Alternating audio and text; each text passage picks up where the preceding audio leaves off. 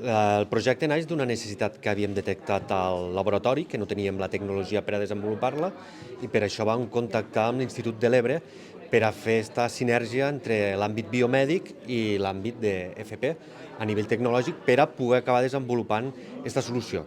La veritat és que quan ens ho vam plantejar mai pensàvem que arribaríem tan a lluny, però hem vist que el projecte ha anat avançant de forma adequada, hem tingut una patent, estem intentant entrar a nivell europeu, Estats Units, Xina i Corea del Sur, i volem ser els primers a nivell mundial en certificar els nostres motlles com a producte d'ús sanitari i si acabem constituint l'spin-off, serem els primers a nivell europeu en fabricar-lo.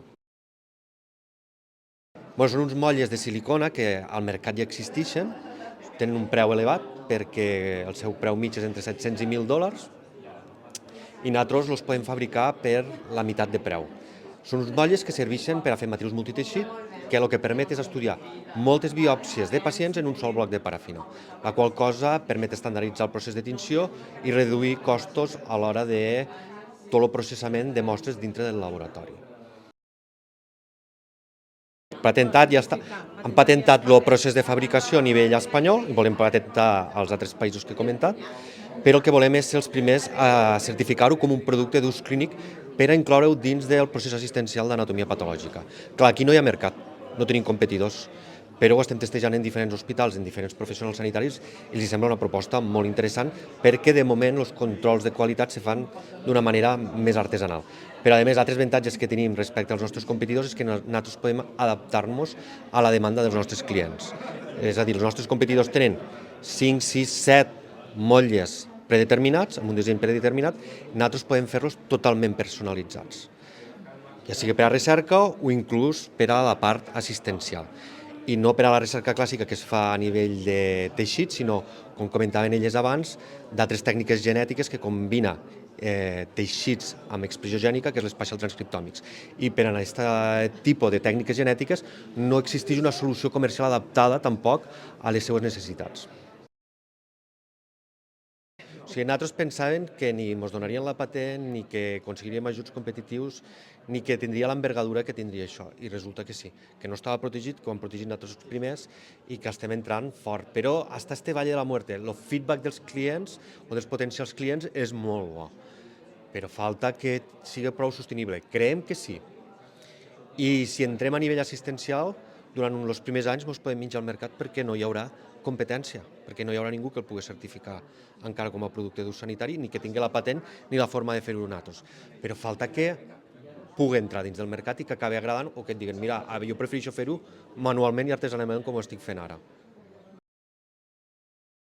Existia un programa del Departament d'Educació, que eren els programes Innova, que ens permetien aplicar la innovació a l'aula.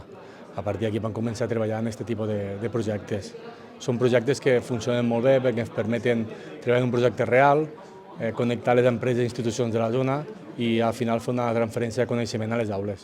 I així vam començar a treballar. Sí, fa molts anys que treballo en els programes d'Innova FP. Sempre fem petites col·laboracions o projectes i quan agafes un parell d'alumnats, 3 o 4 alumnes, i els presentes un projecte d'innovació, la motivació és espectacular. Vull dir, treballen el triple o 4 vegades més del que treballarien en una aula en un projecte convencional. A l'arbre una empresa detrás, a l'arbre institucions, a l'arbre un reconeixement, la implicació és total.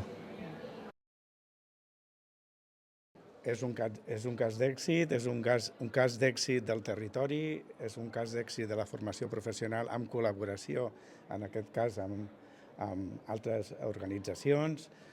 És un cas d'èxit perquè una de les apostes de la formació professional és apostar per la innovació. I aquesta innovació ens porta a compartir coneixement i veure des de la formació professional què podem aportar. I què podem aportar? Participar d'aquests reptes. I què podem aportar? Que aquesta innovació té impacte social. I vulguis o no, els nostres docents, els nostres alumnes, veuen que el que estan experimentant, el que estan innovant, aquests reptes tenen impacte social. En aquest cas és la salut i en altres temes serà un altre tipus d'impacte en el sector productiu. És la primera patent. Per nosaltres és generar aquest valor. El valor el tenim aquí, és la primera patent I mirant, a nivell de l'estat espanyol, a més hi ha 2 experiències d'aquest tipus amb patents de formació professional en col·laboració amb altres entitats.